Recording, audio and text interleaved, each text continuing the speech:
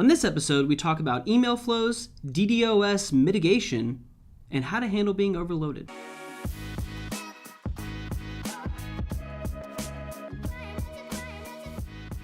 Everybody, welcome to episode 45 of the AskEngine show. We're pumped up. I always say excited, and I think about it as soon as we sit down. As you can see, Joe is redecorating the back. I don't know how I feel about it just yet, but Work in progress. We're gonna let him do his thing. I wish we had a screenshot of your face when he was cutting up the Yeah, I was like, where is this going? And it turned out, I really like that new shelf. So it went in a good direction. And I want it to be known, the reason the books are backwards is because, according to Joe, that is hip. We should start an According to Joe series. Yeah. That'd be fantastic. Things that are currently hip. It's perfect. Hip and trendy. Perfect. Awesome. Well, we've got 3 questions for you today. We're going to go ahead and knock them out. And so, Blake, First question comes from our e-commerce mastery group, actually. And Bernard here asks, how do you pick which products to promote in an email flow without having adequate data on which ones to sell? And my recommendation there is to test gut feelings until you have adequate data. So look at what you believe to be your standout products, and then from there, test into high-performant data. Like your first initial gut guesses may be wrong, but then you're going to know, and that's a failing A/B test, iterate into whatever you were going to put in there in the other way.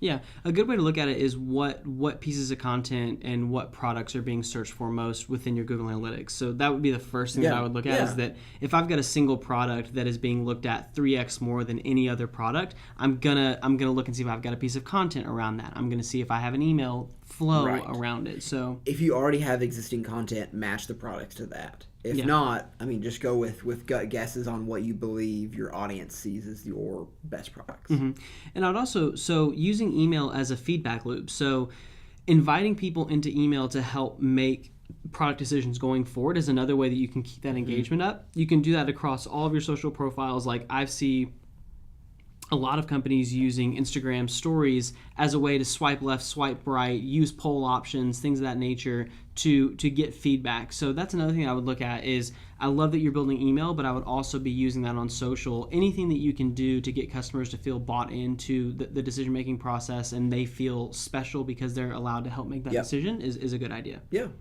Question 2 from Cora. This user wants us to identify a non-financial reason to subscribe to a DDoS mitigation service. Man, I honestly, Define DDoS mitigation. Yeah, so this is a service you subscribe to that will shield or protect your website from a directed denial of service attack. So, and GitHub had one, or was it GitHub or was it? Yeah, GitHub had a DDoS attack on their site a couple months ago. And they got hammered. And it shut them down for the whole day, which in effect shut down a lot of software dev teams. So non-financial reasons, like if you're a technology company that is building DDoS mitigation services, don't go buy someone else's. Like that's the only non-financial reason I can think of. Yeah, if you have the internal presence to be able to protect against it. When it comes to protecting an e-commerce company, your website is your vehicle for sales. It's your vehicle for people to be coming to your website in the first place. It's everything to you. So I guess I don't understand the question of, it would be like me saying, this is my lifeblood, and if I drop this and I'm without it for 5 hours, it's going to mean the difference between, a $10,000 day and a $50,000 day. But then you asking me, should I buy insurance on this phone? Yeah.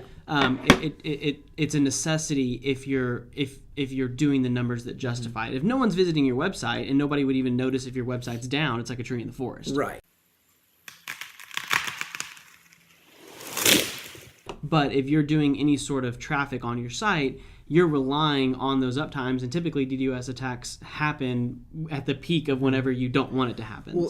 And I think a DDoS mitigation service is uniquely a problem that people running self-hosted e-com sites have to worry about. It's a number of things you have to worry about if you're kind of owning the hardware presence, and which is why I recommend switching to a cloud-hosted solution.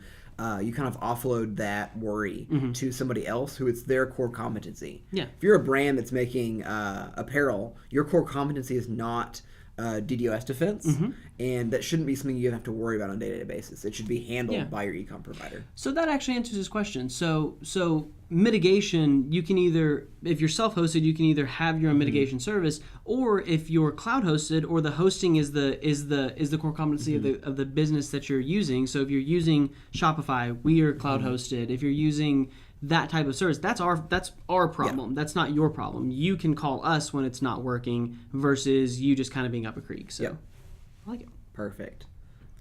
Last question from r/entrepreneur on Reddit. Away He Throws 1989 has too many irons in the fire and wants to know how to handle overload.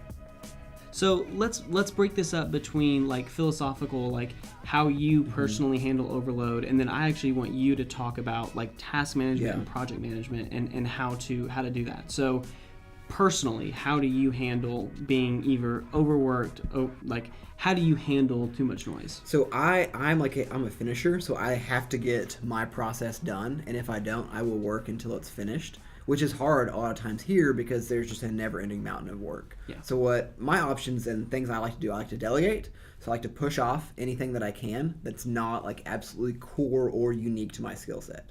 If it could be handled by a VA or if it could be handled by somebody that we can outsource it to, I would much prefer that.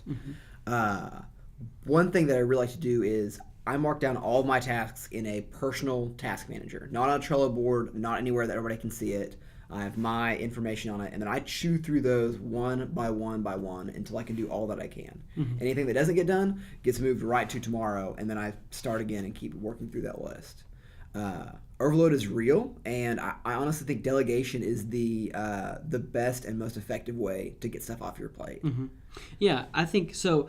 I don't handle overload super well. I'm one of those people that I will just work and not sleep, which is not productive. It's not something that you can do sustainably and long term. It's great for if you've got 20 projects and you got to knock them out. Fantastic. If you're running a company, not so much. So one thing that I think is very important to talk about is delegation.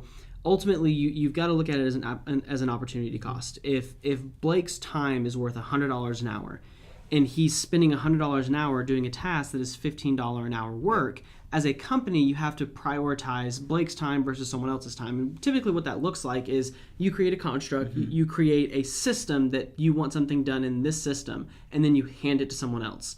That can be really difficult because a lot of times there are things like the way that I place advertising and the way that I media buy is very personal to me. And so it's sometimes hard to even want to hand that off to someone else because that's where I find my value. That's where I find my worth. But ultimately, my value is in teaching that to someone else and then moving on to the next task. And so I think that's a very important is systems and processes like.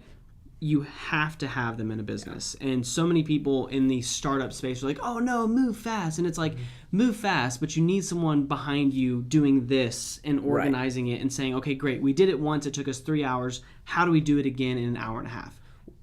Because otherwise, whenever you try to formalize your business and scale up, you're going to have everything on your plate. And that's going to be the first time that you tangibly have to let go of something and trust somebody else. And that's very tough if you're already at scale, if you're already kind of post-revenue. So setting up those familiarities with handing things off to other people and delegating is huge early on. And it matters a lot to the people who are joining an organization. If you join an organization and there is a book of systems and processes, that person now has a operating guide that they can then iterate on. I mean, like when Joe came in, I said, Joe, this is how I'm doing things. You do it how you want to do it as long as you can document it. And he's much better at what he does than I was. So, but coming in, you want to have those systems and processes in place, in check. That way when someone comes in, they don't feel like they're just wandering aimlessly. Like that, that's never a fun feeling, is the best way I'd put it. So, question of the day. You got one? Man, I want to hear about kind of the entrepreneurs that are watching this. When is the time that you were the most overloaded? And what did you do to handle that? How did you come through that tough point in your life? Perfect. Thank you all for watching, and we will see you tomorrow.